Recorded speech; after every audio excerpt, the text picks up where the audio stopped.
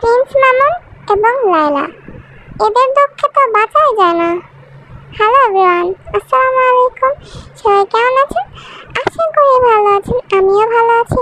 আজকে আমি চলে এসেছি প্রিন্স মামুন আর লায়লাকে দিয়ে একটা নতুন রেসিপি বানাবো। তো চলুন রেসিপিটি শুরু করে দেওয়া যাক। প্রথমে আমি প্রিন্স মামুনকে নিলাম, প্রিন্স মামুনকে ভেঙে নেব। তো দেখুন অনেক কষ্ট হচ্ছে মামুনকে ভাঙতে। এই যে চলে আসলো প্রিন্স মামুন। এরপর আমরা নিয়ে নেব লায়লাকে। লায়লার মাথায় দেব একটা বাড়ি ঢিসুম। দেখুন লায়লার বুটকি পড়ে গেল। দূর তুঝসে মেরে বতা ক্যা করুঁ। কিছুই করতে হবে না, শুধু তোরা দুজন ঝগড়া আর করিস না ভাই। তো দেখুন দুজন একসাথে হয়ে কি সুন্দর গান গাইতেছে। কেন রে, তোরা সবসময় এরকম থাকবি? তোরা কেন ঝগড়া করবি? তোদের কিসের অভাব? তোরা এত ঝগড়া করবি কেন? তো যাই হোক, এর মধ্যে আমি দিয়ে দিলাম একটু লবণ, কারণ ওদের ভালোবাসার মধ্যে একটু লবণ কম। সো আমি এখন এদেরকে দুজনকে ঘেটে দেব। তো এদের দুজনকে ভালোভাবে মিশিয়ে নেব, যাতে এরা দুজন আর দুজনকে ছাড়া কিচ্ছু না বোঝে। ভালোভাবে মিশিয়ে নেওয়া হলে এর মধ্যে দিয়ে দেব চিনি, কারণ এদের ভালোবাসায় কোনো মিষ্টি নেই, খালি ঝাল আর ঝাল।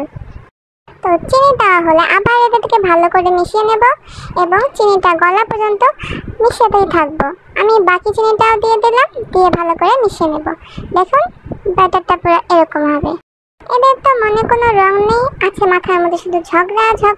এজন্য এদের মনে রং করার জন্য দিয়ে দিলাম হালকা করে ইয়েলো ফুড কালার। তো দেখুন কি সুন্দর রঙিন হয়ে গেল। এখন আমি এর মধ্যে দিয়ে দেব অল্প 1 চামচ ভ্যানিলা এসেন্স। দেওয়ার পর আবার ওইদেরকে ভালো করে মিশিয়ে নেব। মিশিয়ে নেওয়া হলে এর মধ্যে দিয়ে দেব 1 কাপ সয়াবিন তেল।